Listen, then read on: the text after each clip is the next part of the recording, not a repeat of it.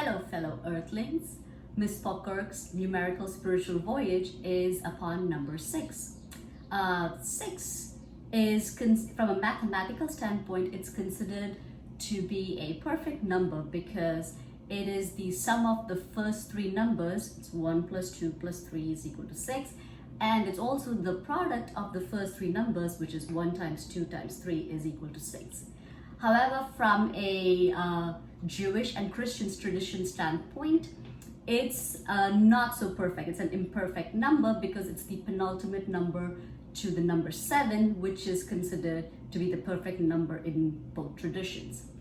So what is the relevance of 6 in my life? So as I was talking about the journey over the past few months, the numerical journey now is on the 6th year in the US.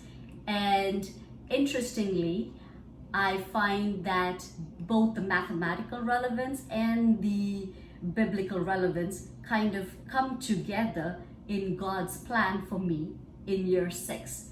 So if I look back, I find, growing up in a middle class family in India, traditionally, what is expected of a person's life is, after birth, is as follows. You go to school, get educated, find yourself a good job. Then comes the big challenge of finding yourself a life partner that is suitable to you and your family. And then you have kids, you raise the kids, and the cycle goes. Then your kids get married, they have children, and you become doting grandparents taking care of your grandkids.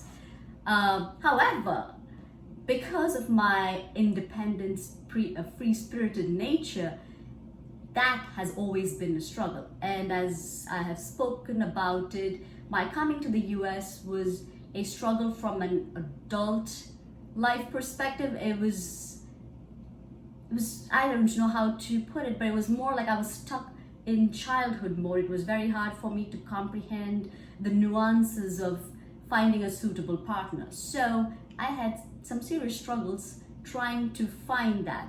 I did go through the process of matrimonial dating, if you will. So I did meet some men, but most of them were shallow, and it just disappointed me. So amidst the struggles, it was one of the hardest thing for me to figure out was, where do I go in life?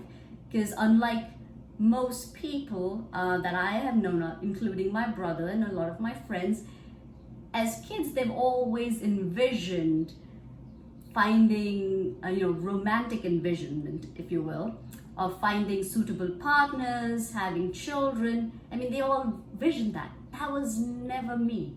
And so that became a struggle when adult life came upon me.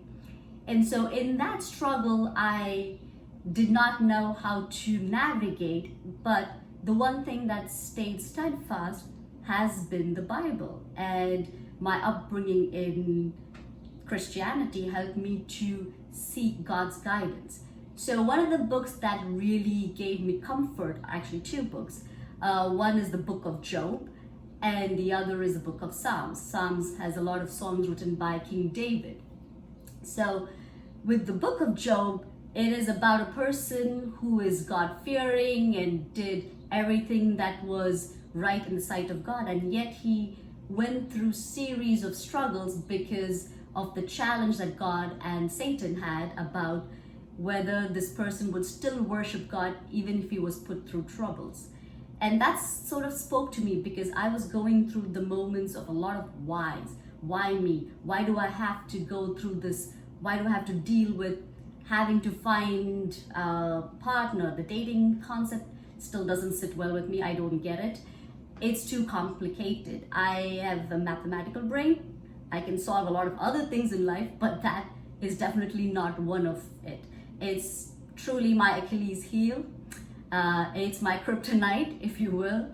But that has been the struggle, and I did not know how to navigate it because being miles away from my parents, it was always a battle over the phones on why aren't you like everybody else? Why aren't you finding yourself a partner? Yada yada. So ultimately, that book of Job kind of helped me see God's plan for me, that regardless of all this, he was perfecting me through my imperfections. That's what I understood about it.